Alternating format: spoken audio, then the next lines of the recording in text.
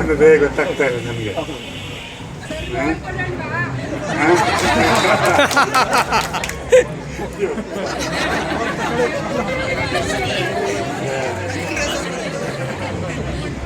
ಮೊದಲನೇದಾಗಿ ಈ ಕಾರ್ಯಕ್ರಮವನ್ನು ಆಯೋಜನೆ ಮಾಡಿದಂತಹ ನನ್ನ ಆತ್ಮೀಯ ನಿಮ್ಮೆಲ್ಲರ ಪ್ರೀತಿಯ ಹಳೆ ವಿದ್ಯಾರ್ಥಿಗಳಿಗೆ ಮೊದಲನೇದಾಗಿ ನನ್ನ ಕೃತಜ್ಞತೆಗಳು.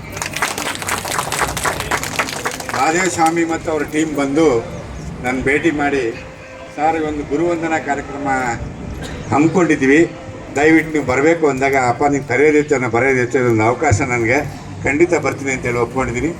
ಬಟ್ ಎಲ್ಲರಲ್ಲೂ ಒಂದು ಆತ್ಮೀಯತೆ ಏನೇ ಅಂದರೆ ಆ ಒಂದು ಪ್ರೀತಿ ವಿಶ್ವಾಸದಲ್ಲಿ ಎಷ್ಟು ಮಾಡಿಕೊಂಡು ನಿಮಗೆ ಇದಕ್ಕೆ ಬೆಲೆ ಕಟ್ಟಲಿಕ್ಕಂತೂ ಆಗಲ್ಲ.